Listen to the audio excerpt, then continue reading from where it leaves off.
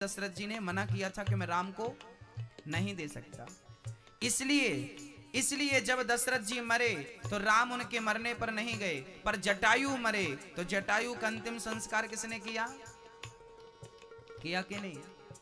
अविरल भगति मांग बर गीध गयऊं हरिधाम, तेहि की क्रिया यथोचित निज कर कीन्ही राम। राम ने अंतिम संस्कार किया और आज अपने पिता के मरने पर राम जी रोए हैं। किस पिता के मरने पर? जटायु के मरने पर। कौन कहते हैं भगवान रोते नहीं, कौन कहते हैं भगवान रोते नहीं, जटायु के जैसे रुलाते नहीं, जटायु के जैसे रुलाते नहीं। यदि जटायु जैसा अधिकार होगा तो भक्त के लिए भगवान रोते भी हैं, रोते हैं भगवान। हाँ, कौन कहते हैं भगवान खाते नहीं, कौन कहते हैं भगवान सोते नहीं, कौन कहते हैं भगवान सोते नहीं। बताइए किसने सुलाया था? हाँ, माँ यशोदा के जैसे सुलाते नहीं, माँ यशोदा के जैसे सुलाते नहीं, अच्युतम केशवम कृष्ण दामोदरम राम नारायणम जानकी वल्लभम, अच्युतम केशवम कृष्ण दामोदरम दोनों हाथ उठाइए जानकी वल्लभम। और गाइए, श्री कृष्ण गोविंद हरे मुरारी, हे नाथ नारायण वासुदेवा, श्री कृष्ण गोविंद हरे मुरारी, हे नाथ नारायण वासुदेवा, श्री कृष्ण गोविंद हरे मुरारी, हे नाथ नारायण वासुदेवा, श्री कृष्ण गोविंद हरे मुरारी, हे नाथ नारायण वासुदेवा, श्री कृष्ण गोविंद हरे मुरारी, हे नाथ नारायण वासुदेवा, श्री कृष्ण गोविंद हरे मुरारी, हे नाथ नारायण वासुदेवा। बोलिए राधा कृष्ण भगवान की, जय सर्वेश्वर भगवान की, जय वृंदावन बिहारी लाल की जय। जय। जय श्री राधे श्याम। सभी माताओं को, आप सभी के श्री चरणों में दास अनिरुद्ध का कोटि कोटि प्रणाम। उपस्थित सभी भक्तजनों को भी प्रणाम। जय श्री कृष्णा, राधे राधे। साधना टीवी के माध्यम से जो कथा को घर में बैठ के सुन रहे हैं, आप सभी भक्तों के हृदय में ईश्वर का दर्शन करते हुए दास आपको प्रणाम करता है, आपको नमन करता है और आपका धन्यवाद भी देता है कि आपने समय निकाल के भगवान की कथा को श्रवण करना चाहा और श्रवण कर रहे हैं। सभी का बहुत बहुत धन्यवाद। साथ में सबसे पहला धन्यवाद तो गुप्ता परिवार का बनता है। श्री संजू जी के लिए और सरस्वती जी के लिए सुंदर तालियां बजाएं। और श्री गिरिजा प्रसाद गुप्ता जी और माता श्री फूलबाई गुप्ता जी, आप यजमान बनकर परीक्षित बन की कथा को धारण कर रहे हैं। प्रिय भक्तों, आप गांव वालों का भी बहुत धन्यवाद जो आप लोगों ने समय निकाला कथा के लिए। बहुत बहुत धन्यवाद आप लोगों का कि आप कम से कम निकल के आए घर से, भगवान के चरणों तक पहुंचे हैं। सबका साधुवाद, धन्यवाद। आइए चलते हैं पावन सी चर्चा में। कल बहुत कम शब्दों में ध्रुव जी की चर्चा हुई समय अभाव पर, ध्रुव जी महाराज बहुत छोटी सी उम्र में ही भगवान को प्राप्त कर चुके थे। अच्छा, ईश्वर को पाने के पीछे उनके साथ घटना क्या घटी? उनका अपमान हो गया। अपमान किसने किया था? उनकी ही मां सुरुचि ने, उनकी सौतेली मां ने अपमान कर दिया कि तू इस गोद में बैठने का अधिकारी नहीं है। मैं आपको निवेदन करता हूं कि जो व्यक्ति आपको चुनौती देना, उस चुनौती को स्वीकार करना चाहिए, और जो वो कह रहा है वो करके दिखाना चाहिए। सौतेली मां ने कहा था, बेटा तू अपने पिता की गोद में नहीं बैठ सकता। तो ध्रुव जी ने अपनी मां से ऐसा गुरु मंत्र लिया और नारद जी से ऐसा गुरु मंत्र लिया कि ध्रुव जी ने उस गोद में बैठ के दिखा दिया जिस गोद में वो बाप भी नहीं बैठ सका, जिसकी गोद में बैठने की चाहत श्री ध्रुव जी की थी। जीवन में कभी भी निराश नहीं होना चाहिए, कभी हार नहीं माननी चाहिए। चलते चलो, चलते चलो, चलते चलो, तब तक चलो जब तक आपका लक्ष्य आपको प्राप्त ना हो जाए। और लक्ष्य क्या है हमारा, ये भी जान लो। हम सभी का एक ही लक्ष्य है, केवल ईश्वर की प्राप्ति। रास्ते अलग हो सकते हैं, हाँ, यहाँ के पास में शहडोल है, उमरिया है। उमरिया तक जाने के रास्ते अनेक हो सकते हैं। कोई पूरब से जाए, कोई पश्चिम से जाए, कोई उत्तर से जाए, कोई दक्षिण से जाए। रास्ते अनेक हो सकते हैं, पर मंजिल तो एक ही है। वृंदावन जाना है हमें बिहारी जी के दर्शन करने, तो मानपुर में रहने वाला भी जा सकता है, दिल्ली में रहने वाला भी, मुंबई में रहने वाला भी, अमेरिका में रहने वाला भी आ सकता है। मार्ग अलग अलग हो सकते हैं, मार्ग अनेक हो सकते हैं, बट मंजिल एक है।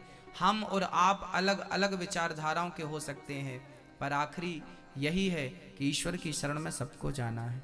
इसलिए कल ना सही आज सही, कल का इंतजार ना किया जाए, आज ही अपने आप को गोविंद के चरणों में समर्पित कर दिया जाए और आज ही भगवान का नाम ले लिया जाए।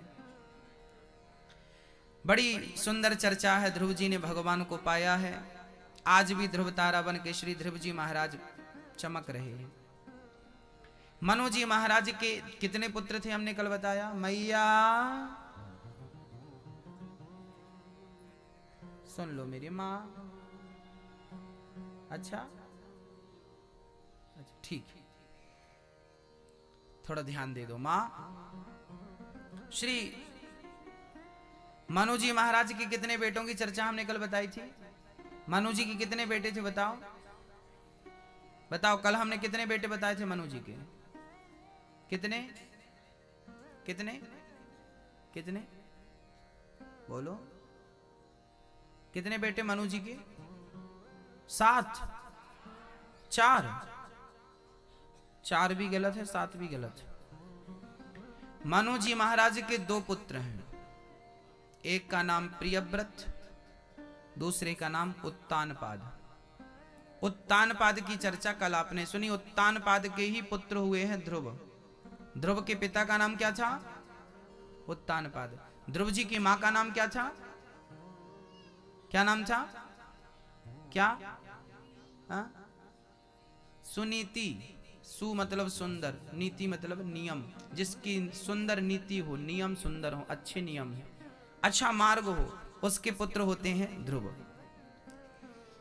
आगे चलते हैं। मनु जी के एक पुत्र की चर्चा कल आपने सुनी, उत्तानपाद की। आज सुनते हैं प्रियव्रत की। प्रियव्रतो भागवत आत्मा रामः कथम मुने। श्री राजा परीक्षित ने सुखदेव भगवान से प्रश्न किया कि गुरुदेव मुझे एक बात समझ में नहीं आई कि प्रियव्रत तो सन्यासी थे, ब्रह्मचारी थे, उन्होंने गृहस्थी क्यों बसाई और कब बसाई, वो सुनाइए। सुनाते हैं, सुनो। हुआ क्या था कि प्रियव्रत जी का तो मन नहीं था संसार बसाने का, पर ब्रह्मा जी के कहने पर विश्वकर्मा की पुत्री बृहस्पति से आपने विवाह किया था और इन्हीं के पुत्र हुए थे आग्नेत्र। आग्नेत्र के पुत्र हुए हैं नाभि, नाभि के पुत्र हुए हैं अंग, और यही आगे चल के ऋषभदेव कहलाए। ऋषभदेव जी के 100 पुत्र हुए हैं। बड़े पुत्र का नाम हुआ है भरत। ऋषभदेव जी जंगल में भगवान का भजन करते हुए अपने देह को त्यागते हैं, शरीर से वस्त्र त्याग देते हैं, भोजन प्रसादी त्याग देते हैं और अवधूत रूप में रहते हैं श्री ऋषभदेव जी। ऋषभ देव से ही जैन धर्म, जैन संप्रदाय प्रारंभ हुआ। हाँ, जैन आज जितने भी जैन हैं, ऋषभ देव जी को अपना तीर्थंकर, एक 24 तीर्थंकर में उनके एक तीर्थंकर इनको आप मानते हैं। जैन पहले एक समाज हुआ करती थी, जैसे एक हमारी समाज होती है ना, कोई ठाकुर है, कोई ब्राह्मण है, कोई दुबे है, कोई तिवारी है, कोई शुक्ला है ना, कोई ठाकुर साहब हैं, कोई अग्रवाल है, कोई गुप्ता है। जैसे समाजें होती हैं, ऐसे एक समाज का नाम था, एक जात का नाम था जैन। बाद में वो जैन हिंदू, पहले वो सब हिंदू ही थे, बाद में फिर वो अलग ही एक धर्म बन गया, जैन धर्म। बंटवारा होता गया, भाई भाई लड़ते गए, बंटवारा होता, विभाजन होता गया। हिंदुओं के पतन का कारण भी यही था कि आप बंटते गए, विभाजित होते गए। और याद रखना, जहां सुमति तहां संपत्ति नाना। रावण इसलिए हार गया क्योंकि उसका भाई उसके साथ नहीं था। राम इसलिए जीत गए क्योंकि राम के भाई उनके साथ थे। जिनके पास संगठन होगा वो लोग जीत पाएंगे, जिनके पास संगठन नहीं होगा वो हार जाएंगे। संगठन बहुत बड़ी चीज होती है, इसलिए हमें संगठित रहना जरूरी है। आपस में झगड़े ना करें, विवाद ना करें। आज हमारे भारत में झगड़े हो जाते हैं, छोटी छोटी बातों को लेकर झगड़े। आज लोगों की पता मानसिकताएं क्या बन चुकी हैं। यदि भागवत, जैसे आपके गांव में एक छोटा सा उदाहरण देके बोल रहा हूं, जैसे आपके मानपुर में, जैसे मानपुर में भागवत जी हो रही है। हम कई जगह जाते हैं ना, हम अपनी आंखों से देखते हैं। यदि भागवत हो रही है तो कुछ लोग भागवत में आएंगे और कुछ लोग भागवत में नहीं आएंगे। क्यों नहीं आएंगे? क्योंकि हमारे परिवार के लोग थोड़ी करा रहे हैं।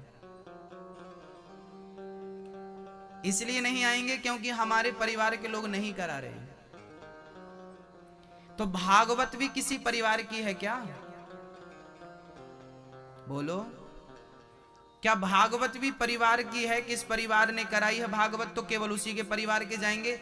अग्रवाल ने भागवत कराई तो केवल अग्रवाल जाएंगे, खंडेलवाल ने भागवत कराई तो केवल खंडेलवाल जाएंगे, ठाकुर ने भागवत कराई तो केवल ठाकुर जाएंगे, ब्राह्मण ने भागवत कराई तो केवल ब्राह्मण जाएंगे। आज हमारे देश में यही चल रहा है, एक जगह नहीं सब जगह चल रहा है। और यही तुम्हारे नाश का कारण बनेगा। तुम भूल गए कि तुम हिंदू हो, आपस में जातवाद को लेके लड़ रहे हो कि हम इस जात के हैं, हम उस जात के हैं। तुम्हारे बाप दादे भी ऐसे ही लड़ते थे, इसलिए अंग्रेजों ने तुम पर बहुत हुकूमत की है। मुगलों ने खूब तलवे चटवाए हैं तुमसे, तुमने चाटे भी हैं। आदत हो गई है तलवे चाटने की। क्यों? क्योंकि तुमसे संगठित रहना नहीं आता ना, क्योंकि तुम आपस में लड़ते हो, इसलिए तलवे चाटते हो। मुगलों ने, अंग्रेजों ने तुमसे खूब तलवे चटवाए हैं। तुम्हारी बहन बेटियों पर बहुत अत्याचार किया है। क्यों? केवल इसलिए कि तुम संगठित नहीं थे। आज भी तुम कहां संगठित हो? पहले के जमाने में सत्यनारायण भगवान की कथा होती थी, एक घर में तो पूरा गांव आता था, चलो सत्यनारायण भगवान की कथा हो रही है। आज केवल इसलिए नहीं आते कि हम थोड़ी करवा रहे हैं, वो करवा रहे हैं। अरे भाई, ये तो अमृत की वर्षा है, ज्ञान की वर्षा है। ज्ञान तुम्हें आ जाएगा तो क्या तुम छोटे हो जाओगे? ज्ञान तो तुम्हें श्रेष्ठ ही बनाएगा। ये झगड़ा करने से होगा क्या? भागवत तो बह रही है, बहेगी, गंगा बहेगी, डुबकी लगाओ मत लगाओ, आओ मत आओ, किसका नुकसान होगा? किसी का नुकसान होगा आपके नहाने से। बताइए किसका नुकसान होगा? इसलिए ये आपस के जो झगड़े हैं ये मिटा दीजिए। ये ऊंच नीच, छुआछूत, जातिवाद मिटा दीजिए, एक हो जाइए। हमारा धर्म क्या है? बोलो बोलो बोलो बोलो। हमारा धर्म हिंदू नहीं है। हिंदू हमारा धर्म नहीं है। हिंदू एक प्रकार होता है। हमारा धर्म है सत्य, सनातन। सनातन मीन्स पुराना। सनातन मीन्स, सनातन की व्याख्या है पुराने से। सनातन मतलब क्या होता है? हमारा धर्म है सत्य, सनातन। सनातन धर्म है हमारा। तो ये हिंदू क्या है? ये मुसलमान क्या है? ये सिख क्या है? ये ईसाई क्या है? हम सबका धर्म सत्य सनातन धर्म है। हिंदू क्या है? हिंदू एक प्रकार है। मुसलमान क्या है? मुसलमान एक प्रकार है। सिख क्या है? सिख एक प्रकार है। जैसे आम, आम तो आम होता है, पर आम के भी प्रकार होते हैं। ये लंगड़ा आम, ये दशहरी आम, ये कलमी आम, ये फलाना आम। आम तो आम ही है, जात उसकी आम ही है, धर्म उसका आम है, पर उस आम में भी प्रकार हो गए कि नहीं? लंगड़ा आम का अलग स्वाद होता है, दशहरी आम का अलग स्वाद होता है, कलमी आम। हाँ, समझ रहे हैं कि नहीं आप लोग? ऐसे ही हमारा धर्म है सत्य सनातन धर्म। पर हम किस प्रकार के लोग हैं? हम हिंदू प्रकार के लोग हैं। हमारा प्रकार कौन सा है? हिंदू। हिंदू कैसा होता है? मीठा होता है। दशहरी आम ज्यादा खाया जाता है, मीठा होता है, मधुर होता है। ऐसे हिंदू मधुर होता है। ये गाय को अपनी मां मानता है, ये पेड़ों की पूजा करता है, ये नदियों की पूजा कर, गंगा को मां मानता है, यमुना को मां मानता है, सरस्वती को मां मानता है, गाय को मां मानता है, पेड़ों को भगवान मानता है, समुद्र की पूजा करता है, ये अतिथि को भगवान मानता है, ये बाप को भगवान मानता है, माँ को भगवान मानता है, बड़े भाई को भी पिता तुल्य मानता है। ये हम हिंदू लोग हैं। चलिए मुसलमानों की बात करते हैं। मुसलमानों में ऐसी मानसिकता नहीं है, वो गाय को खा जाते हैं, वो गाय को खा जाते हैं। ये मनुष्य कितने प्रकार के होते हैं? हिंदू प्रकार के होते हैं, मुसलमान प्रकार के होते हैं। ये मनुष्य की वैरायटियां हैं। मनुष्य कितनी वैरायटी का है? हिंदू प्रकार का, मुसलमान प्रकार का, सिख प्रकार का, ईसाई प्रकार का, योधी प्रकार का, जैन प्रकार का, फलाना प्रकार का, और भी हो सकते हैं। ये मनुष्यों के प्रकार हैं। समझ रहे हैं आप लोग? क्या है मेरी मां? प्रकार है। हम हिंदू प्रकार के लोग हैं। हिंदू विचारधारा क्या है? गाय को मां मानना है, नदी को मां मान, नदी की सेवा करना है, अतिथि, चींटी को भी हम लोग आटा डालते हैं। चींटी को क्या करते हैं? आटा डालते हैं। और चाइना में सबसे ज्यादा यदुही धर्म है। वहां के लोग कुत्ते को खा जाते हैं। यदुही धर्म जो होता है, यदुही सबसे ज्यादा चाइना में यदुही है। और बौद्ध, मैं यदुही की बात करूं, जो चाइना के लोग हैं ना, वो अधिकांश यदुही धर्म को फॉलो करते हैं। वो लोग कुत्ते को खा जाते हैं, बिच्छू को खा जाते हैं, सांप को खा जाते हैं, मेंढक को खा जाते हैं, कॉकरोच को खा जाते हैं। खेतों में जो इल्ली होती ना, इल्ली की चटनी खाते हैं उन लोग। आम के पेड़ में सफेद कलर का चीटा होता, चीटा, वो ब्राउन कलर का, उसकी चटनी खाते हैं उन लोग। मेंढक का अचार खाते हैं उन लोग, चाइना के लोग। बोलो, ये यदुही प्रकार के लोग हैं। वो किस प्रकार के लोग हैं? वो यदुही प्रकार के लोग हैं जो सब खा जाते हैं। हम हिंदू, केवल दुनिया में एक हिंदू ही ऐसा है जो प्रकृति को भगवान मान के उसकी उपासना करता है, पूजा करता है। इसलिए सबसे श्रेष्ठ हिंदू माना गया है। हिंदू का धर्म है सत्य सनातन। हिंदू एक प्रकार है, हिंदू धर्म नहीं है, जैन धर्म नहीं है, मुसलमान धर्म नहीं है, सिख धर्म नहीं है। ये प्रकार है। मनुष्य इस प्रकार के होते हैं। हिंदू प्रकार के, मुसलमान प्रकार के, सिख प्रकार के, ईसाई प्रकार के, जैन प्रकार के। धर्म है सत्य सनातन। समझ रहे हैं आप लोग? समझ रहे हैं? हाँ या ना? हाँ। गांव वालों खूब लड़ना आप लोग, हाँ खूब लड़ना। हमारी समाज ये, तुम्हारी समाज, दीवारें खड़ी कर लेना, खूब लड़ना। ऐसे ही लड़ते रहोगे तो जल्दी मिट जाओगे। वजूद नहीं ढूंढ पाओगे अपना कहां हो। हाँ या ना? लड़ोगे? लड़ोगे? प्यार से रहो। ये 4-5 उंगलियां देखिए, ये 5 उंगली कोई एक अंगूठा पकड़ के मरोड़ देना टूट जाएगा। इसको तोड़ दे, इसको तोड़ दे, और ये 5 जब एक हो जाती है ना, एक पड़ जाए ना, सीधा हो जाता टेढ़ा आदमी।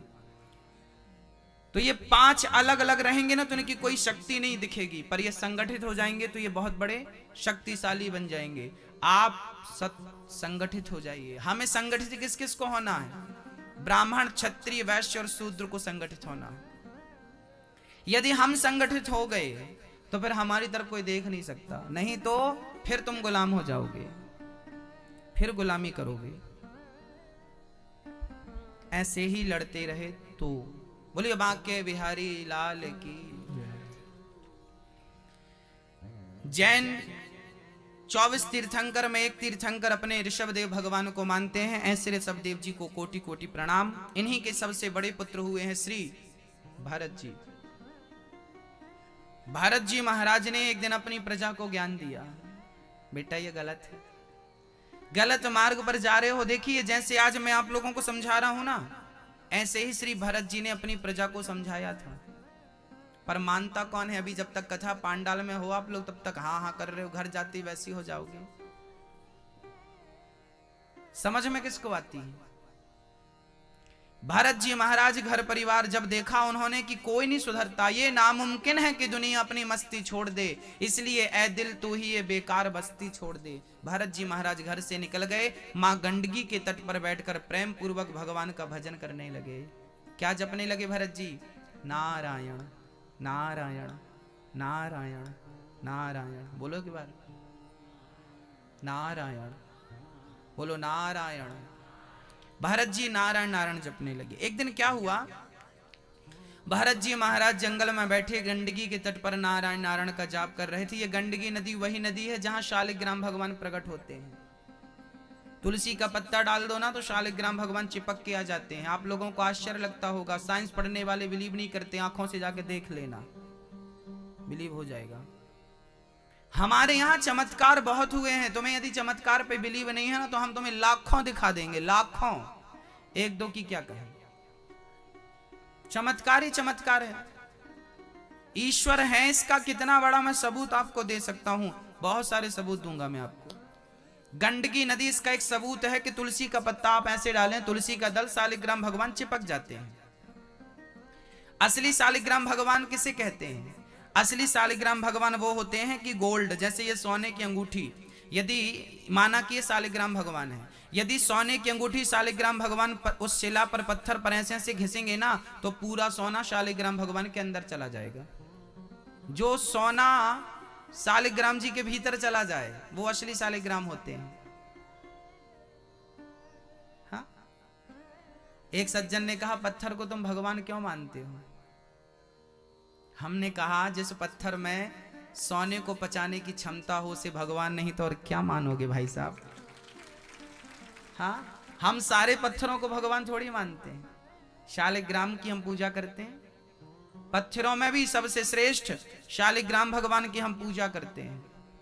शालिग्राम भगवान ही एक ऐसे भगवान है जिनकी कोई प्राण प्रतिष्ठा नहीं करनी पड़ती, और नर्मदेश्वर की भी कोई प्राण प्रतिष्ठा नहीं करनी पड़ती।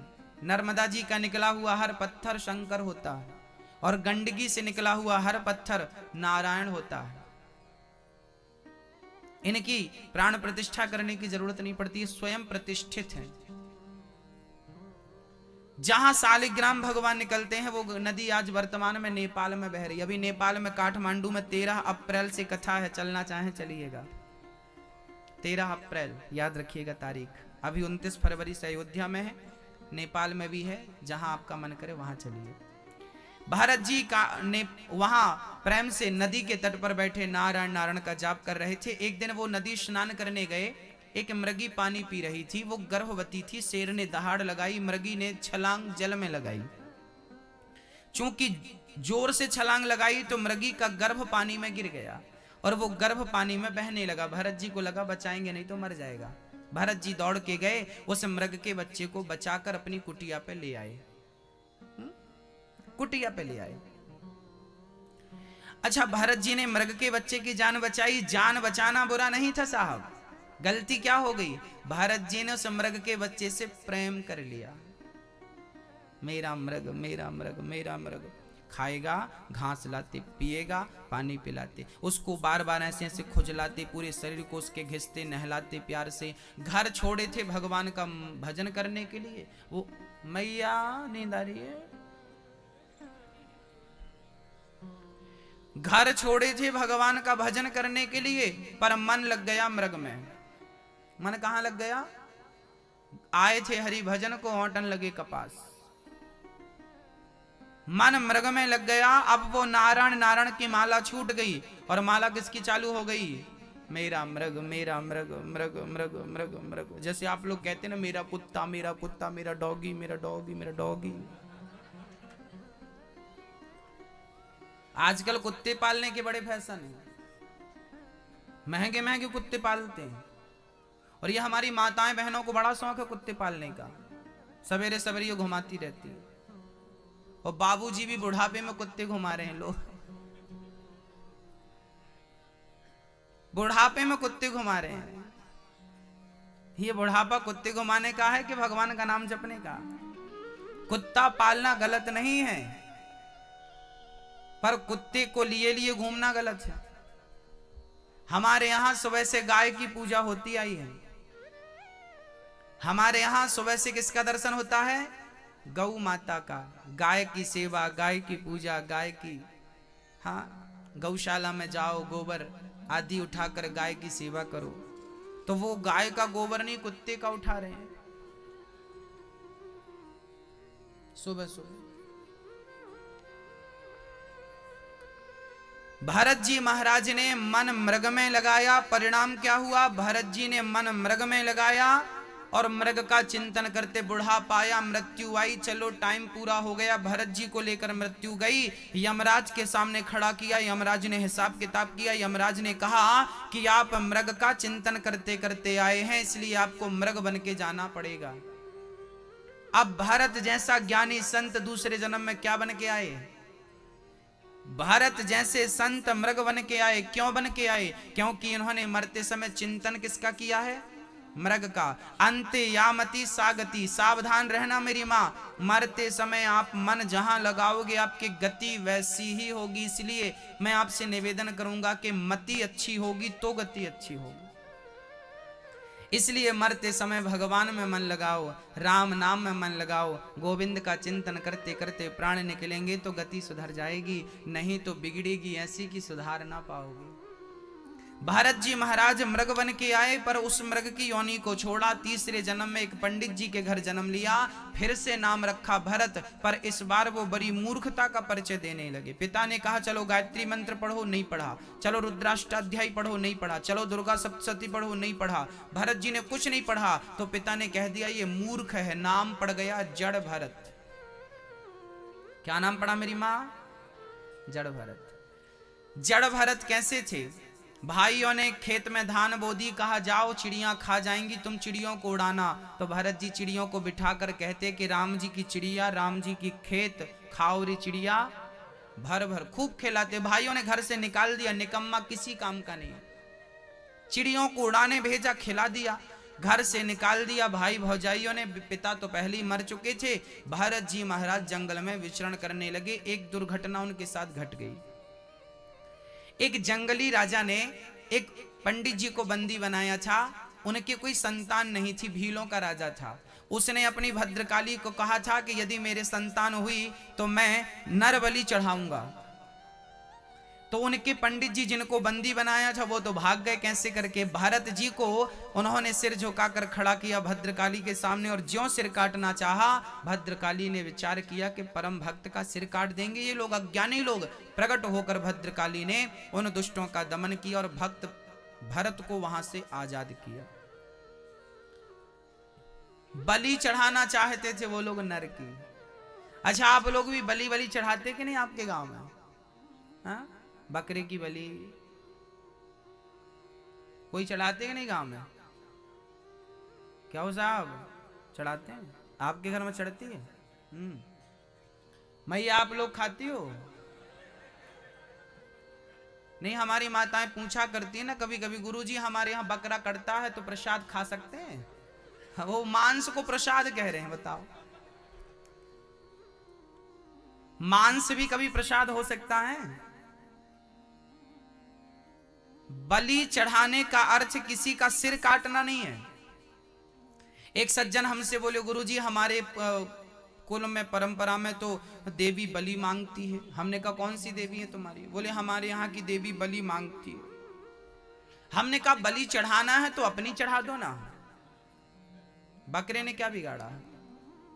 बलि चढ़ाना है तो खुद की बलि चढ़ाओ। रावण अपना सिर काट के चढ़ाता था, याद रखना।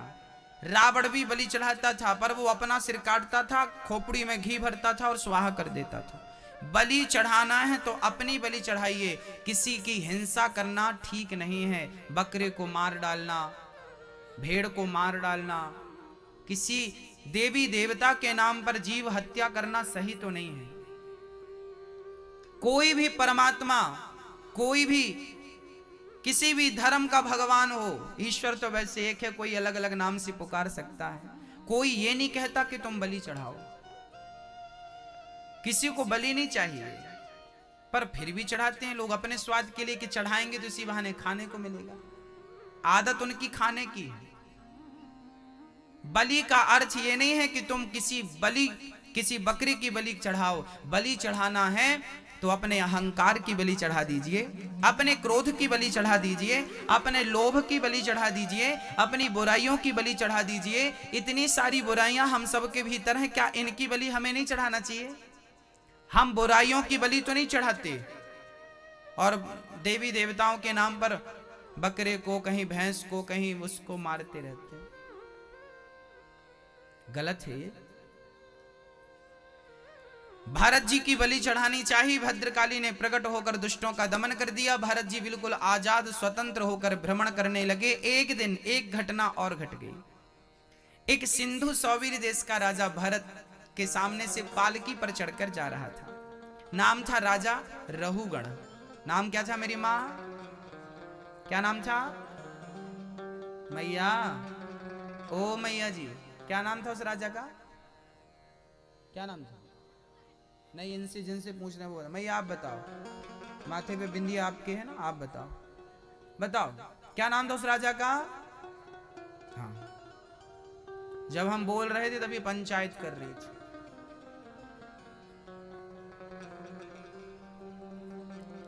राजा रहुगण। राजा रहुगण सिंधु सौवीर देश के राजा पालकी पर चढ़ के जा रहे थे। अचानक उनके कहार बीमार पड़ गए, तो कहारों की जगह भरत जी को इन्होंने ले लिया। यहाँ आओ। भरत जी आए। क्या है? चलो राजा के कहार थोड़ा बीमार पड़े हैं, तुम पालकी उठाओ। भारत जैसे महान संत के कंधे पर पालकी रख दी गई और भरत जी पालकी लेकर चल पड़े। चलते चलते जब 4 कदम आगे बढ़े तो देखा भरत जी ने चींटियां बहुत सारी हैं, मर जाएंगी, तो भरत जी ने छलांग लगा दी कि चींटियां ना दब जाएं। और जैसे ही छलांग लगाई तो पालकी पर बैठा राजा, उसके सिर पे पालकी टकराई। राजा रहुगण बोला, क्यों रे, ये कौन उछल कूद कर रहा है? ठीक ठीक नहीं चल रहे हो। कहारों ने कहा, महाराज ये नया नया भर्ती हुआ है बिना इंटरव्यू का, यही उछल कूद कर रहा है, उसे समझाओ। बाकी कहारों ने समझाया, देख भाई ठीक ठीक चल, राजा बड़ा खतरनाक है। भरत तो संत थे, फिर अपनी मस्ती पे चल पड़े। आगे चींटियों का समूह आया, भरत जी ने फिर छलांग लगाई और अब की बार इतनी जोर की छलांग लगी कि राजा रहुगण के सिर पे इतनी जोर की पालकी टकराई कि रक्त बहने लगा, खून आ गया। राजा रहुगण ने पर्दा हटाकर देखा, मूर्खों कौन है ये? कहारों ने इशारा किया, ये खड़ा है हट्टा कट्टा। अब भरत जी को देखकर राजा रहुगण क्रोधित हो गया, मूर्ख, आज मैं तुझे मृत्यु दंड देकर रहूंगा। मेरा बोझ उठा नहीं सकता, मेरा अपमान करता है, मैं राजा हूं, मेरा अपमान करता है। अच्छा, राजा रहुगण ने कहा मैं राजा हूं, मेरा अपमान करता है। भरत जी ने विचार किया कि आज बोलना ही पड़ेगा। भरत जी ने कभी बोला नहीं, पर आज बोलना पड़ेगा। भरत जी ने वाणी खोली और भरत जी ने बोलना शुरू किया। त्वयोदितं व्यक्तमविप्रलब्धं भर्तुः समे स्यादद्वीरभारः गन्तुर्यदि स्यादधिगम्य मध्वा पीवेतिरासौ न विदां प्रवादः। आज भरत जी ने बोलना शुरू किया, स्टार्ट किया। क्या बोला भरत जी ने, जरा समझिएगा। भरत जी ने कहा कि तुम राजा हो, मैं प्रजा हूं, ये अहंकार राजा ने मिटा दो। अच्छा, ऊंच नीच बड़ा छोटा, अच्छा ये बताइए आप में से, हम में से बताइए यहां सबसे बड़ा कौन है और सबसे छोटा कौन है? बताइए इस पंडाल में, हम सभी लोगों में बताइए। हम सभी यहां बैठे हैं, पुरुषगण भी बैठे हैं, मातृशक्ति भी बैठी है, हमारे संगीतकार बंधु भी बैठे हैं। बताइए हम सब में यहां प्रेजेंट में बड़ा कौन है और सबसे छोटा कौन है? बोलो, कहो मैया जी, बड़ा कौन है? आप बड़े हो तो आप छोटे हो। कितनी सरल सरल बातें हम समझ नहीं पाते जीवन में। हमारे पास थोड़ा बड़ी गाड़ी आ गई, बड़ा सा घर हमने बना लिया, हमारी थोड़ा कमाई ज्यादा होने लग गई तो हमने अपने आप को बड़ा मान लिया। जिसके पास घर कच्चा है, कमाई अच्छी नहीं है, जो नमक रोटी खा रहा है, दाल रोटी खा रहा है, वो छोटा बन जाता है उन लोगों के सामने जो अच्छा, जो रोज गाजर का हलवा खा रहे हैं, बादाम खा रहे हैं, पिस्ता खा रहे हैं, वो अपने आप को बड़ा मानने लगे, ब्रांडेड, हम बड़े।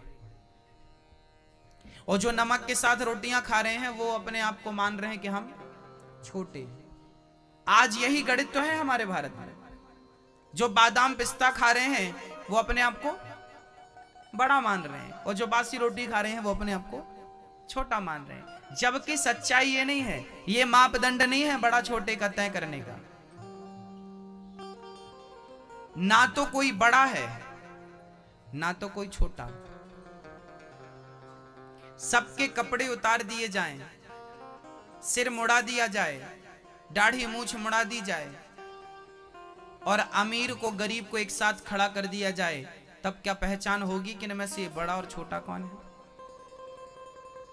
मरने के बाद ना ये जो ऊंच नीच का जो फर्क है वो मिट जाता है। मरने के बाद गरीब आदमी जो बासी रोटी खाता था ना नमक के साथ, उसके लिए जिस दुकान से कफन खरीदा जाता है ना, गांव का नगर सेठ भी मरता है तो उसी दुकान से कफन लाया जाता है, और कफन का साइज भी लगभग सेम होता है। ऐसा तो नहीं कि बड़े आदमी को बड़ा कफन उठाते हो, बोलो, ऐसा तो नहीं कि बड़े आदमी की कफन में जेब होता हो, बोलो, ऐसा तो नहीं कि गरीब आदमी का कफन छोटा होता हो, बोलो, है क्या? ये जीते जी ही मतभेद हैं, जीते जी ही ऊंच नीच है। मरने के बाद कफन सबके लिए बराबर होगा। 2 गज कफन का टुकड़ा तेरा लिबास होगा, जाएगा जब यहां से कुछ भी न साथ होगा। आजकल तो शमशान भी बढ़िया हो गए, एक ही चबूतरा है, उसी पे अमीर को जलना, उसी पे गरीब को जलना। कहो साहब, सही बात है कि गलत है? मानपुर का नगर सेठ भी उसी जगह जलेगा और मानपुर का गरीब आदमी भी उसी जगह जलेगा। सही है कि गलत है? बोलो। अच्छा, अमीर की राख भी लगभग उतनी ही बचती होगी जितनी गरीब की राख बचती होगी, कि अमीर की ज्यादा है? तुम किस एंगल से बड़े हो साहब ये बताओ? केवल तुम्हारे पास कागज के टुकड़े कुछ ज्यादा हैं, हाँ, इसीलिए तुम बड़े अपने आप को मान रहे हो। ये बड़ा छोटा ये मिटा दो, ये सब मिथ्या है। ना कोई बड़ा है ना कोई छोटा, हम सब एक हैं। ये गर्मियां यदि किसी को हैं तो केवल दौलत की गर्मी है। वो दौलत मिटेगी तो गर्मी उतर जाएगी। ये अपना ईगो, ये अपना अहंकार, ये अपना घमंड चूर चूर कर दो, समाप्त कर दो। रावण जैसों का अहंकार नहीं चला, जिनकी लंका सोने की थी। तुम्हारे घर तो फिर भी मिट्टी के हैं। हाँ मैया जी, चलेगा अहंकार? भारत जी ने प्रश्न का उत्तर दे दिया कि तू ऊंचा नहीं, मैं नीचा नहीं, तू राजा नहीं, मैं प्रजा नहीं। केवल एक हिसाब किताब बना दिया गया कि तुम राजा हो, नाम हो गया, चलो राजा है। पर है क्या? हम सब के अंदर वही हाड़ मांस है जो उसके अंदर है। यदि आध्यात्म दृष्टि से देखा जाए तो आप में और मुझ में कोई अंतर नहीं है। जो लाल कलर का रक्त खून मेरे भीतर है, वही लाल कलर का खून आपके भीतर है। हड्डियां जो मेरे भीतर है, लगभग वही आपके भीतर है। जैसी चमड़ी मेरी है लगभग, हाँ रंग अलग अलग हो सकता है, कोई गोरा हो सकता है, कोई काला हो सकता है, पर चमड़ी सबकी लगभग सेम होती है। जब सबकी चमड़ियां जलती हैं ना, तो मोमबत्ती की तरह पिघलती हैं। हाँ या ना? चमड़ियां हम सबकी एक ही जैसी हैं, सबकी मोमबत्ती जैसी पिघलती हैं। हाँ या ना? इसलिए ये सब मिटा दो मिथ्या चीजें कि कोई बड़ा है, कोई छोटा है, कोई ऊंच है, कोई नीच है। सब कुछ नहीं है, केवल एक हम और एक राम। और हम अपने आप को मिटा दें तो केवल राम बचेंगे, वही सार्थक है, वही सत्य है। अब आगे चलते हैं। भारत जी ने यहां उपदेश दिया है। राजा रहुगढ़ ने बोला, मैं तुझे मार डालूंगा, मैं तुझे मार डालूंगा। अब ये बताइए कि मृत्यु किसकी होती है? कल हमने कहा था कि आज की कथा के बाद आप लोग कभी नहीं मरेंगे। आइए अब हम आपको अमरता की ओर ले चलते हैं, अमरता की ओर। ओम अस्तो मा सदगमय तस्। हाँ, आज हम आपको अमरता की ओर ले चलते हैं। कैसे समझते हैं? तमसोमा ज्योतिर्गमय मृत्युर्मा मुक्षीयमामृतात्। मृत्यु से अमृत की ओर चलते हैं। अच्छा ये बताओ, हमारा शरीर कितनी चीजों से मिलकर बना है? कौन बताएगा? मैया जी, ओ पंचायती मैया, किन चीजों से? कौन कौन? हमारा शरीर किस किस चीजों से मिलकर बना है? दादाजी आप बताइए। 5। बैठे बैठे, खड़े नहीं होना किसी को। पृथ्वी, जल, वायु, अग्नि, आकाश। पृथ्वी, जल, वायु, अग्नि, आकाश। पृथ्वी, जल, वायु, अग्नि, आकाश। क्षितिजल, पावक, गगन, समीरा, पंच रचित अति अधम शरीरा। हम सबका शरीर 5 तत्वों से मिलकर बना है। अच्छा, जब हम मरते हैं तो हमारा शरीर का क्या होता है? हमारे शरीर का क्या होता है हमारे मरने के बाद? जला दिया जाता है या जमीन पर गाड़ दिया जाता है? या तो जला दिया जाएगा या तो गाड़ दिया जाएगा, दफना दिया जाएगा। अब ये बताओ कि हमारे मरने के बाद हमारा जो शरीर है ये 5 तत्वों से मिलकर बना था, तो जलने के बाद वो 5 तत्व कहां चले गए? बोलो। वो 5 में मिल गए। अच्छा, जमीन में गाड़ दिया जाए हमें तो वो 5 तत्व कहां जाएंगे? 5 में मिल जाएंगे। जैसे मिट्टी का घड़ा जब टूटता है, घड़ा टूटता है तो कहां मिलता है? बोलो। मिट्टी का घड़ा जब टूटता है तो मिट्टी में मिल जाता है। मिट्टी से बना था और अंत में वो मिट्टी में मिल गया। उसी प्रकार हम सबका शरीर 5 तत्वों से मिलकर बना है, अंत में 5 तत्व 5 में मिल जाएंगे। ये शरीर की सत्यता है। पृथ्वी तत्व मिल जाएगा, जल तत्व जल में, वायु तत्व में, अग्नि तत्व में, आकाश तत्व आकाश में। 5 चीजों से मिलकर बना है, 5 में मिल गया, बात खत्म। अब रही आत्मा की बात। आत्मा क्या चीज है? आत्मा एक प्रकाश है, लाइट है, पावर है, एनर्जी है। आत्मा ईश्वर का एक प्रकाश, ईश्वर अंश, जीव अविनाशी। जैसे दर्पण में आपका चित्र दिखता है तो वो क्या होता है? वो आपका क्या होता है? वो हमारा क्या होता है बेटा? प्रतिबिंब होता है। दर्पण में हम जो देखते हैं वो हमारा क्या है? वो हम नहीं है, वो हमारा दर्पण में आप देखते हो ना, मेरी माँ अपना मुंह दिखता ना, वो क्या था? वो आपका प्रतिबिंब था। क्या था? वो आपका प्रतिबिंब। जैसे दर्पण में आपका ही एक चित्र नजर आता है, उसी प्रकार हम सबके भीतर जो आत्मा है, ये ईश्वर का ही एक चित्र है। आत्मा के रूप में सबके भीतर वही समाया है, आत्म तत्व के रूप में। जब हमारा शरीर मरता है, हम मरते हैं, जिसे आप मृत्यु कहते हैं, जब हम मरते हैं तो हमारा 5 तत्व पांचों मिल गया। आत्मा कहां चली जाती है? बताओ, आत्मा कहां चली जाती है? बोलो मैया जी, बोलो, आत्मा कहां चली जाती है? अभी लाइट है कि नहीं? देखो ये लाइट जल रही है, बोलो लाइट है कि नहीं? कभी कभी ना लाइट चली जाती है, लाइट गई, अच्छा चली गई, कहां चली जाती है कोई बताएगा? उमरिया जाती कि शहडोल जाती, कटनी जाती, दिल्ली जाती, बम्बई, कहां जाती है? लोग कहते लाइट चली गई, हम पूछते भाई सब कहां चली गई? और ये तो बताओ कि आई कहां से थी? बताओ, आप लोग कहते हैं लाइट चली गई, तो आप में से कोई ये बताए कि लाइट चली गई तो कहां चली गई, और आई तो कहां से आई? बोलो। पावर हाउस से आई, पावर हाउस से कट हुआ तो खत्म। सही बोल रहे हैं? लाइट कहां से आती है? पावर हाउस से आती है। बिल्कुल सही बोल रहे हैं आप लोग। लाइट आती है पावर हाउस से, और पावर हाउस से कोई कनेक्शन कट कर दे तो लाइट आपके घर गोल हो जाती है, खत्म। जैसे लाइट पावर हाउस से आती है और पावर हाउस में खत्म, ऐसे ही पावर हाउस है परमात्मा, वो आत्मा ईश्वर के पावर हाउस से आती है और निकलने के बाद उसमें चली जाती है, बात खत्म। जैसे लाइट आई और गई, ऐसे आत्मा आई और गई। कहां से आई कहां गई वो आप समझ गए कि पावर हाउस से आई, और बस ईश्वर ही वो पावर हाउस है, जिसे हम नारायण कहते हैं, जिसे हम क्या कहते हैं? नारायण। बात समझना, मैं अभी पूछूंगा एक एक को खड़ा करके, गोलमाल है सब वाली बात नहीं होनी चाहिए। आगे आगे पाठ, पीछे पीछे सपाट, ऐसा नहीं होगा। मैं पीछे वाली मैया से भी पूछूंगा खड़ा करके, बहुत ध्यान से सुनना, हर सब्जेक्ट को पूछूंगा। शरीर कितने चीजों से मिलकर बना है? कौन कौन सा? 5। आत्मा कहां से आई?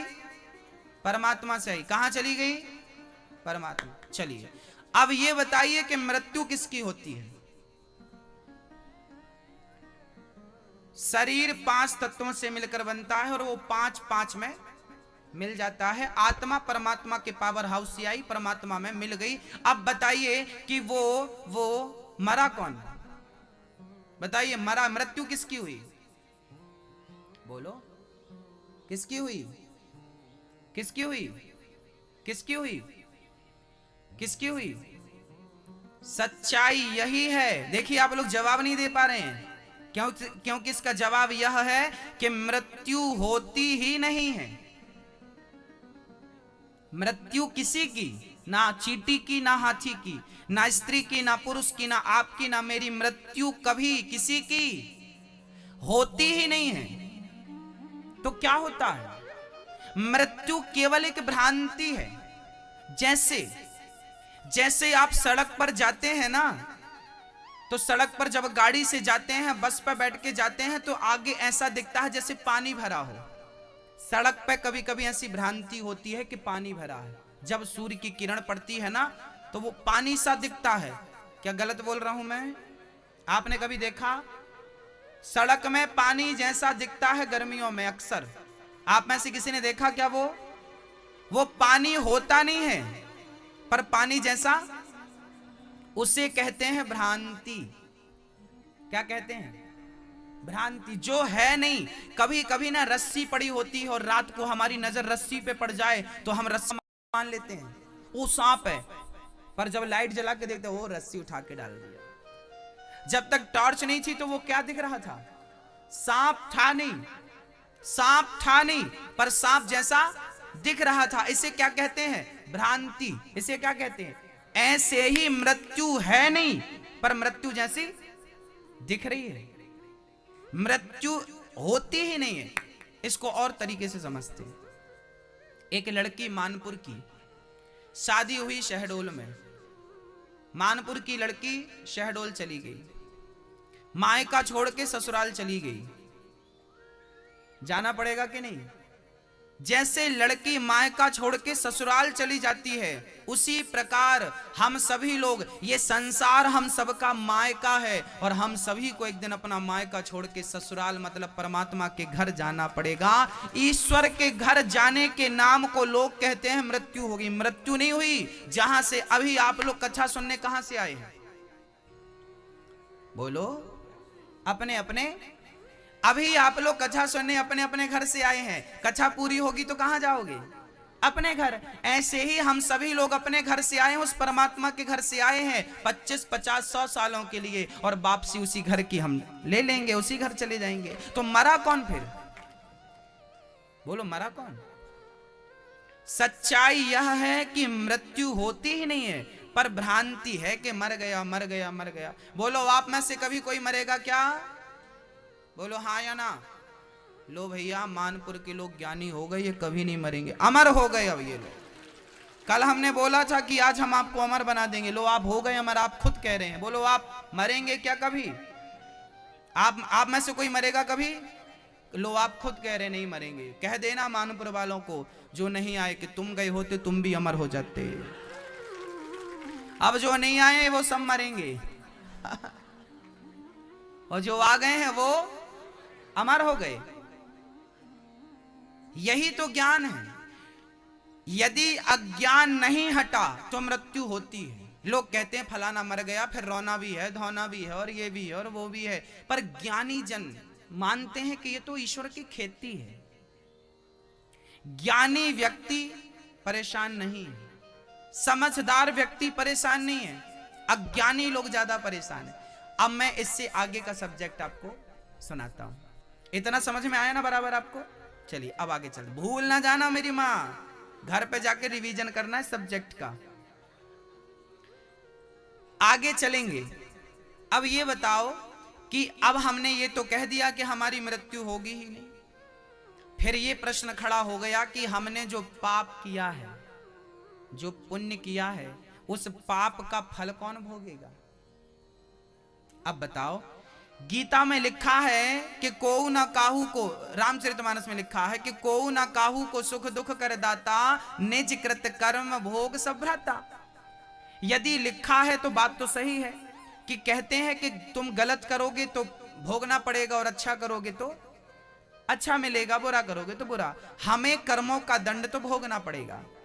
फिर ये बताओ, जब हमारी मृत्यु होती ही नहीं है तो फिर हमारे कर्म दंड कौन भोगेगा? आपने जो पाप किए हैं वो कौन भोगेगा, और आपने जो पुण्य किया उसका फल कौन भोगेगा? बताओ, कौन भोगता कौन है? बोलो मैया, कौन भोगेगा? आपके द्वारा किए गए पाप कौन भोगेगा? आप भोगोगी? कैसे भोगोगी? सिद्ध करके बताओ। कह देने से थोड़ी काम चलेगा, हम भोगेंगे। तुम तो हो ही नहीं, तुम तो 5 तत्वों से बनी हो, 5 मिल जाओगी, आत्मा परमात्मा मिल जाएगी, फिर बचा कौन? भाई भोगने के लिए बचना भी तो चाहिए। कौन भोगता है बताइए? बताइए, भोगता कौन है? हमारे पास, अब देखिए, इस सब्जेक्ट को समझने के लिए एक सब्जेक्ट और समझना पड़ेगा। हम सभी के पास जो शरीर हैं वो कितने हैं, पहले इस पर प्रकाश डालना पड़ेगा। बताओ, आपके पास शरीर कितने हैं?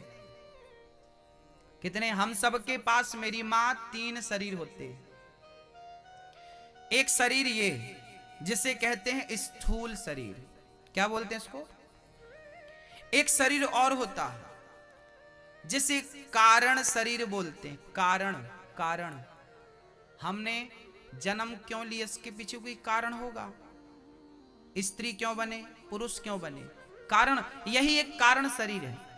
परंतु ये कारण शरीर चिता में जाकर समाप्त हो जाता है, इसलिए इसकी कोई गिनती काउंटिंग ना करें। अब 2 शरीर की बात करते हैं। एक शरीर होता है स्थूल शरीर, वो ये बैठा है, इसे क्या बोलेंगे? एक शरीर और होता है जिसे सूक्ष्म शरीर बोलते हैं। आप लोगों ने कभी अपना सूक्ष्म शरीर देखा कि नहीं? आज हम दिखाएंगे आपको। आपने कभी सपना देखा कि नहीं देखा? स्वप्न कब देखते हैं? जब आप सोते हैं। आप अपने घर पर सोए थे, खिड़की बंद थी, दरवाजा बंद था, परंतु आप सपने में हरिद्वार चले गए। तो ये बताओ, सपने में हरिद्वार जब गए थे तो आपके हाथ पांव आंख नाक कान सब था कि नहीं? एक शरीर तो घर पे सो रहा था, दूसरा शरीर हरिद्वार में डुबकियां लगा रहा था, हाँ या ना? सही है क्या? कभी कभी आप सपना देखती हैं तो आप अपनी बहन को देख लेती हैं, कभी माँ को देख लेती हैं, कभी भाई को देख लेती हैं, कभी पति को देखती हैं, और आप सवेरे बोलती भी हैं कि आज हमने ये सपना देखा, आज हम सपने में वहां गए, हरिद्वार गए, वृंदावन गए, अयोध्या जी गए, सपने में हम घूमाते हैं। तो एक शरीर तो घर पे पड़ा था मानपुर में, एक शरीर स्वप्न में हरिद्वार घूम रहा था। कितने शरीर हो गए आपके? बोलो, सिद्ध हो गई कि नहीं बात? मैं कोई मिथ्या तो नहीं बोल रहा हूं आपके लिए। कितने शरीर हो गए आपके? 2 हो गए। अब आइए इन 2 शरीरों के बारे में समझते हैं। इस शरीर का क्या नाम बोला हमने? क्या नाम बोला? मैया, ओ मैया, यहां टाटा, बैठो, बैठ जाओ। अच्छा फूल फेंक, अच्छा फेंकना, फेंक दो यहां, लाओ, आगे आके ना फेंकना, यहीं से फेंक दो। हाँ ऐसे बैठ जाओ। लेट आई हो मैया? हाँ, बहू है कि नहीं घर पे? लो सुनिएगा प्यार से।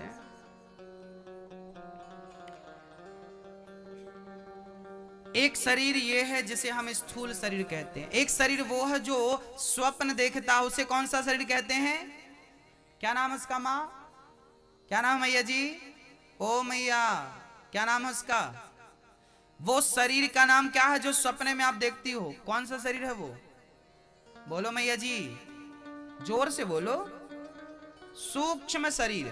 कितने शरीर होते हैं हमारे टोटल? कितने शरीर होते हैं? 2 शरीर हमारे प्रेजेंट में हैं, एक स्थूल एक सूक्ष्म। कारण शरीर की चर्चा हम अभी ना करें। अब हमारा ये शरीर जो है ये चिता पे जल जाता है। ये 5 तत्वों से बना है। अच्छा, ये शरीर 5 तत्वों से बना है, पर जो सूक्ष्म शरीर है वो 5 तत्वों से नहीं बना।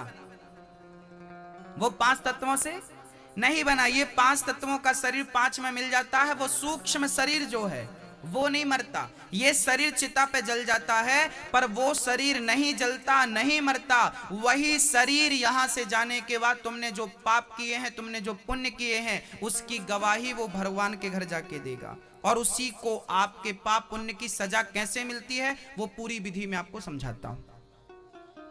जैसे मोबाइल में एक सिम होती है, एक मोबाइल होता है, ऐसे शरीर है मोबाइल की तरह, आत्मा है सिम कार्ड की तरह है।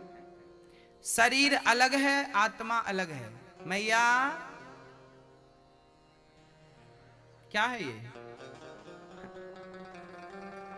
शरीर अलग है और मोबाइल अलग है। जैसे दोनों हैं तो अलग, पर हैं एक दूसरे के पूरक। जैसे आत्मा शरीर के बिना अधूरी है और शरीर आत्मा के बिना, मोबाइल सिम के बिना अधूरा है और सिम मोबाइल के बिना।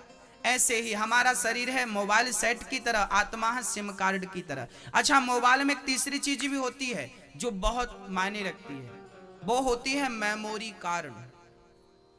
यदि आपने मोबाइल पर कोई फोटो क्लिक की तो वो कहां सेव होती है? कहां होती है? मेमोरी में। उसी प्रकार जो आपका सूक्ष्म शरीर था ना, वो क्या था? वो हम सबकी क्या है? मेमोरी कार्ड है। उसे मन भी कहते हैं। जब हमारी मृत्यु होती है तो पूरा समझिएगा, जब हमारी मृत्यु होती है, मृत्यु कैसी? जैसे भ्रांति वश हम मृत्यु कह रहे हैं, मृत्यु होती नहीं है, पर भ्रांति से हम लोग क्या कहते हैं? मृत्यु, मर गया। मरता कोई नहीं है, पर कहते हैं। जब हमारा शरीर 5 तत्वों का 5 में मिल जाता है, आत्मा परमात्मा से मिलती है, उसके बाद यमदूत जब आते हैं तो किसे पकड़ के ले जाते हैं? वही सूक्ष्म शरीर। नरक और स्वर्ग कौन जाता है? कौन जाता है? वही सूक्ष्म शरीर को पकड़कर यमराज ले जाते हैं। और यमराज जब ले जाते हैं तो सबसे पहले कहां रखते हैं? सबसे पहले उसे भगवान के पास पहुंचाते हैं। सूक्ष्म शरीर सबसे पहले भगवान नारायण की शरण में जाता है। भगवान नारायण कहते हैं, कहो कैसे हो, अच्छा रहा, कैसी रही यात्रा। भगवान नारायण ने अपने पास बिठाया, बड़ी सी आसन दी, कहा बैठो, खाओ पियो, बढ़िया खिलाते पिलाते हैं। और इसके बाद भगवान आपसे कहते हैं कि अब देखो हम तुम्हें कुछ दिखा रहे हैं। जब हम मर के जाते हैं तो वहां भगवान के धाम में एक बहुत बड़ी टीवी लगी रहती है। क्या लगी रहती है? जैसे ये टीवी लगी है ना, ऐसे वहां एक बहुत बड़ी टीवी लगी है। और उस टीवी पर भगवान आपकी मेमोरी कार्ड उसमें लगा देते हैं। आपने जन्म से लेके मृत्यु तक जो जो कुछ किया है सब कुछ उसमें दिखता है। भगवान के बाजू में आप बैठते हैं, भगवान अपने बाजू में आपको बिठाते हैं और दिखाते हैं, देखो तुमने ये किया है। जन्म से मृत्यु तक तुमने जो पुण्य किए, जो पाप किया, जो झूठ बोला, जो कपट किया, जो छल किया, जो गला दबाया, जो निंदा करी, जो चुगली की, सब कुछ दिखता। भगवान बोलते, देख तुझे ये करने भेजा था।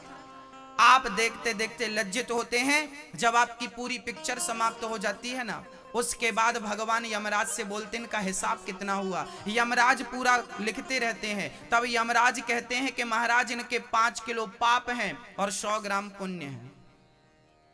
पाप कितने हुए? 5 किलो। और पुण्य कितना हुआ? 100 ग्राम। भगवान कहते हैं, देख भाई, तुझे भेजा था मैंने अच्छा कर्म करने के लिए, पर देख तू पाप कमा के लाया। ये देख क्या कमा के लाया तू? पाप कमा के लाया। अब 5 किलो पाप तुम्हारे हैं। तो भगवान ने कहा, जाओ तुम 5 किलो पापों का फल भोगो। और जैसे ही तुम्हें भगवान ने वहां से नीचे गिराया, नाली का कीड़ा कौन है? आपको ही नाली का कीड़ा बन के अपने पापों का, जो 5 किलो पाप तुम्हारे थे ना, जो तुमने पाप किए थे मानव का तन पाकर, जब मर के जाओगे तो भगवान कहेंगे, पाप कियो हो 5 किलो, चलो नाली का कीड़ा बनो, फिर चमगादड़ बनो, फिर मुर्गी बनो, फिर कुत्ता बनो, फिर बिल्ली बनो, फिर मछली बनो, फिर मक्खी बनो। ये सारी 84 लाख योनियां कर्म दंड हैं। ये तुमने जो पाप किए हैं ना, उसकी सजा है ये। बिल्ली तुम्हें बनाया, कुत्ता बनाया, चूहा बनाया, चमगादड़ बनाया, नाली का कीड़ा बनाया। जब तुमने सारे पाप भोग लिए, 5 किलो पाप खत्म, तब भगवान के पास तुम वापस गए। हजारों साल बाद लौटे हो। वो 5 किलो पाप जल्दी से खत्म नहीं होते। कितने साल लग जाते हैं? हजारों साल लग जाते हैं। फिर जन्म लो, फिर मरो, फिर जन्म लो, फिर मरो। क्योंकि नाली का कीड़ा तो 2 दिन की आयु का होता है, 5 दिन की आयु का होता। मच्छर तो 1 दिन की आयु का होता। फिर मच्छर बनो, फिर मर जाओ, फिर मच्छर बनो, फिर मर जाओ, फिर मच्छर। ये तुम्हारे पाप दंड हैं। जब पूरा 5 किलो पाप खत्म, तब भगवान बोले, अब तुमने पाप खत्म कर लिए, अब क्या बचा तुम्हारे पास? क्या बचा? केवल 100 ग्राम पुण्य बचे। तो भगवान ने कहा, अब ये 100 ग्राम पुण्य लेके जाओ। और उस 100 ग्राम पुण्य के बल पर भगवान ने तुम्हें मनुष्य बनाकर संसार में भेज दिया। जाओ तुम अच्छे कर्म करना, अब तुम्हें मौका दिया है। ये मानव का तन जो तुम्हें मिला है, ये एक मौका है अच्छे कर्म करने का, ईश्वर की प्राप्ति करने का ये मौका है। यदि तुमने इस तन को पाकर भी पुण्य नहीं किए, तो तुम्हारे पाप तुम्हें फिर नाली का कीड़ा बनाएंगे, तुम्हारे पाप तुम्हें फिर चमगादड़ बनाएंगे। और पुनरपि जननम पुनरपि मरणम पुनरपि जननी जठरे शयनम। इसलिए कहते हैं श्री आद्य शंकराचार्य जी कि भज गोविंदम गोविंदम भज मूढ़ मते। ऐ मूढ़, कितनी बार तेरा जन्म हो चुका, पर तू इस दलदल में उलझा है। तुझे बेटा बेटी दिख रहे हैं, ये मोह माया में तू ऐसा उलझ जाता है। एक कुत्ता एक घर पे गया, भौं भौं किया, मालकिन ने एक डंडा दिया, रोज आ जाता है। दूसरे घर पे गया, भौं भौं किया, उस मालकिन ने भी एक डंडा जमाया। तीसरे घर में मालकिन निकली, रोटी का एक टुकड़ा फेंक दिया। कुत्ता पूंछ हिला के रोटी खाया। एक महात्मा ने बोला, क्यों रे, तुझे 2 घर में लाठियां पड़ी, तीसरे घर में रोटी का टुकड़ा मिला, वो भी इतना सा। ये बता तू परसों से कल से आएगा कि नहीं? कुत्ता बोला, मैं कल भी आऊंगा, परसों भी आऊंगा। क्यों? तुझे 2 घर लाठियां पड़ी, वो भूल गया। कुत्ता बोला, 2 घर लाठी मिली तो क्या हुआ, तीसरे घर रोटी भी तो मिली थी। रोटी का एक टुकड़े के स्वाद के लिए वो 2 घर की लाठियां 2 घर की लाठियां भूल गया। बुरा ना मानो तो एक बात कहूं, उस कुत्ते की तरह हालत किसकी है? वो कुत्ता कोई और नहीं। जैसे उस कुत्ते को 2 घर लाठियां पड़ी, तीसरे घर रोटी पड़ी, ऐसे आप लोगों का जब जन्म हुआ था ना, आप लोगों को बड़ा दर्द हुआ था। जन्मत मरत दुसह दुख होई। जन्म और मृत्यु के समय हम सभी को बहुत दर्द होता है, बहुत पीड़ा होती है, परंतु थोड़ा सा पत्नी का प्यार, बच्चों का प्यार क्या मिल गया, किस प्यार को पाकर के वो जन्म और मृत्यु का दुख तुम भूले बैठे हो। और तुम्हें लग रहा है कि ये पत्नी ही ठीक है, बेटा ही ठीक है। यदि सुख तुम्हें इतना सा मिला है, ये संसार ना खुजली की तरह है।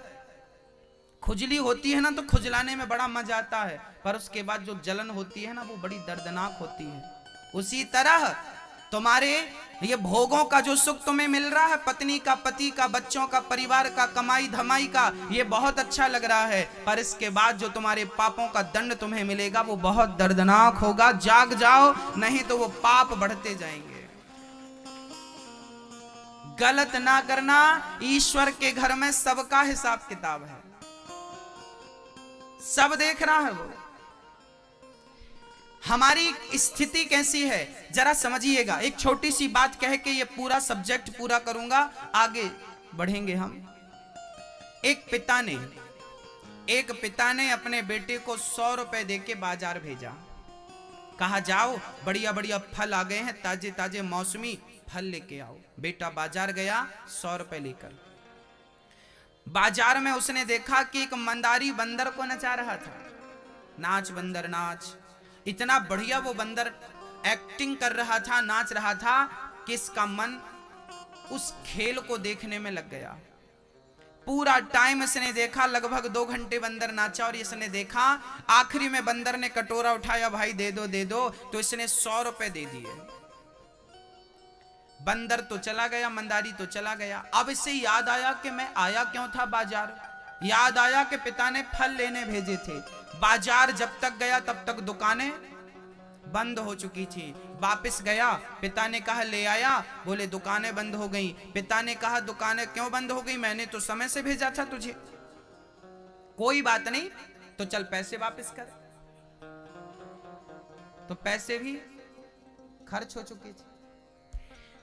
इतनी कहानी समझ में आई। आइए अब मैं इसका आध्यात्म सत्य, इसकी सत्यता समझाता हूं। एक पिता ने अपने बेटे को बाजार भेजा था, कितने रुपए देकर? वो पिता कोई और नहीं, वो पिता है परम पिता परमात्मा नारायण। उस पिता ने हमको 100 रुपए दिए हैं। ये 100 रुपए क्या है? 100 साल की उम्र। कितने रुपए हैं हमारे पास? 100 साल की उम्र